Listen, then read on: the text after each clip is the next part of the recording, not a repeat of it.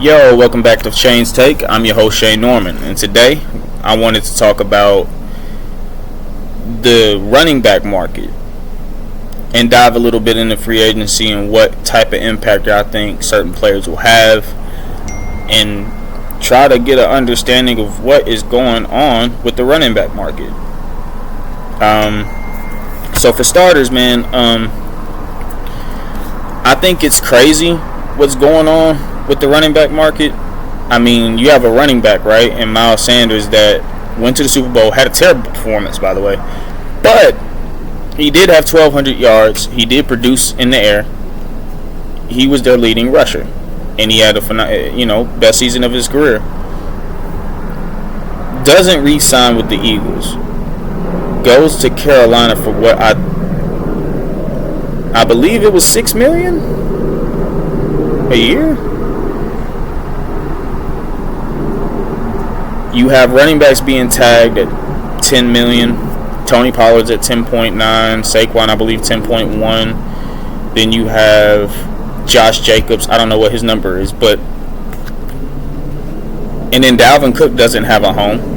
And I know there was a day where if Dalvin Cook was a free agent, man, there will be 31 teams calling. Right? So what could it possibly be? And what I think it is that the NFL, or at least and I think this has a lot to do with analytics, which I believe doesn't tell the whole story of the game or how each position is valued on the field. But the way they see it, they can get a guy that's younger, pay him less money, and get the same production.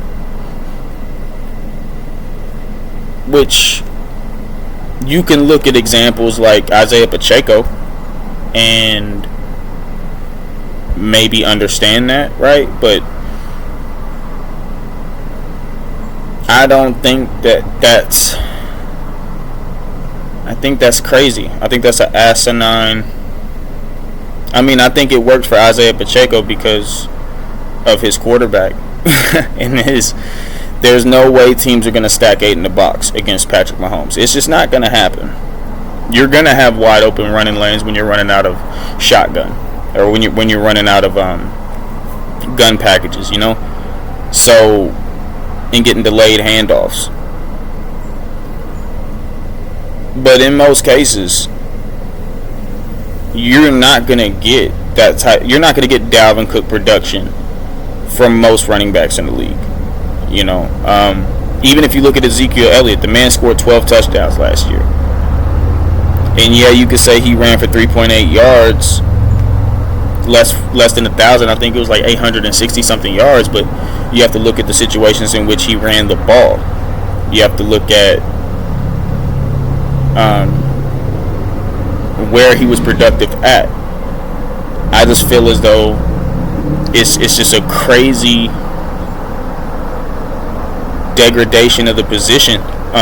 Saquon Barkley is the biggest head scratcher to me, because I'm gonna be honest with you, the Giants ain't making shit without him. They're not making a cup of coffee, let alone the playoffs.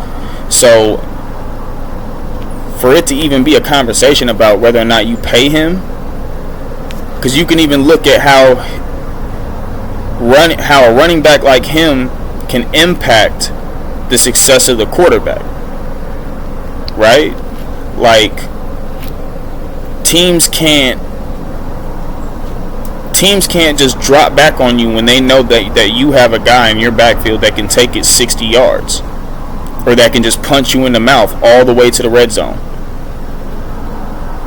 It's very hard to defend a team in the red zone when you got a guy that can just punch it in. Makes the play action wide open. So, and then to look at receivers like DeAndre Hopkins, how is he not signed yet? And then why is it that we get these reports and these leaks from different GMs and different people, anonymous people, right? People that don't put their name behind their words, degrading his value. when we all know that he's still a top receiver in this league, definitely a top 10 receiver, and he seems to produce in any situation he's in. We've seen it time and time again. That's actually DeAndre Hopkins' whole career. Because I'll tell you this right here on this channel, Kyler Murray is not it. Arizona is going to be a bad team for a long time, or they're gonna have to scratch to get out of that terrible contract. Or they're gonna have to eat that shit or something, because they're not winning with him. At least not from what I've seen. Maybe some shit changes, but nonetheless, man, I just think it's crazy. I think OBJ only got signed when he did because he won, because of his performance in the Super Bowl and the fact that they won the Super Bowl, and he's Odell Beckham. And that's not to take away from him. I mean, I just think that like that is what got him signed. But excuse me, I just become really curious about what the running back market is going to look like in the future.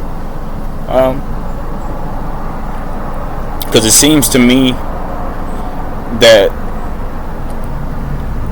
positions like wide receiver, corner, tackles, really linemen in general,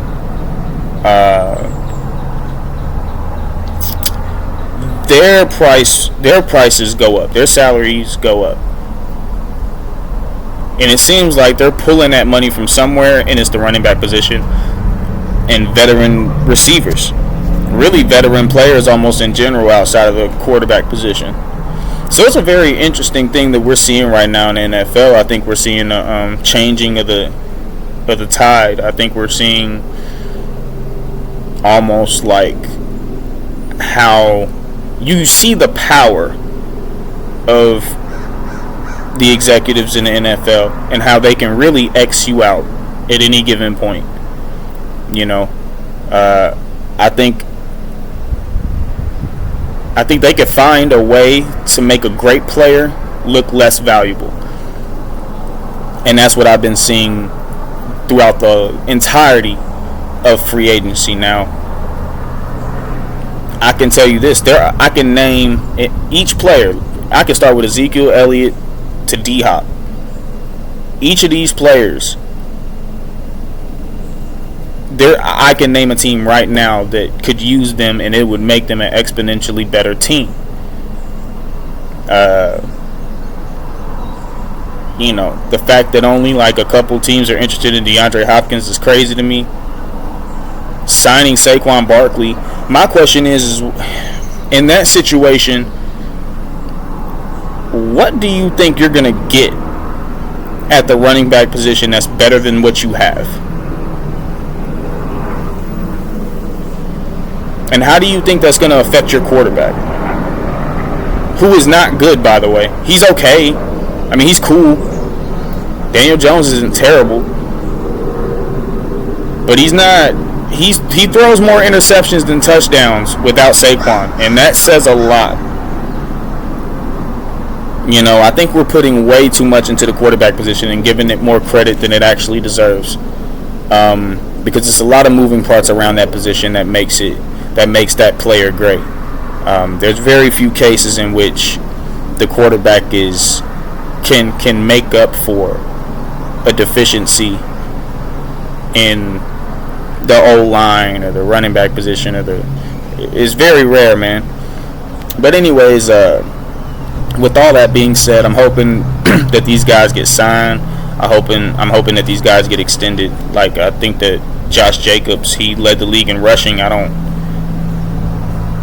understand. I mean, can you name the last time the Raiders had a running back lead the league in rushing? I can't. I used to watch the Raiders back when Jerry Rice was there. Hell. So, yeah, man. It's just a crazy shift in the league that's going on right now, and I'm interested to see who gets signed first and who sets the market. But with that being said, man, that's my take on the free agency, or at least a little snippet of it. I'll get a little more into it later on, probably later on tonight. But thank you for tuning in, man. Leave your comments below. Let me know what you think. But I'm out, man. I'll catch y'all next time.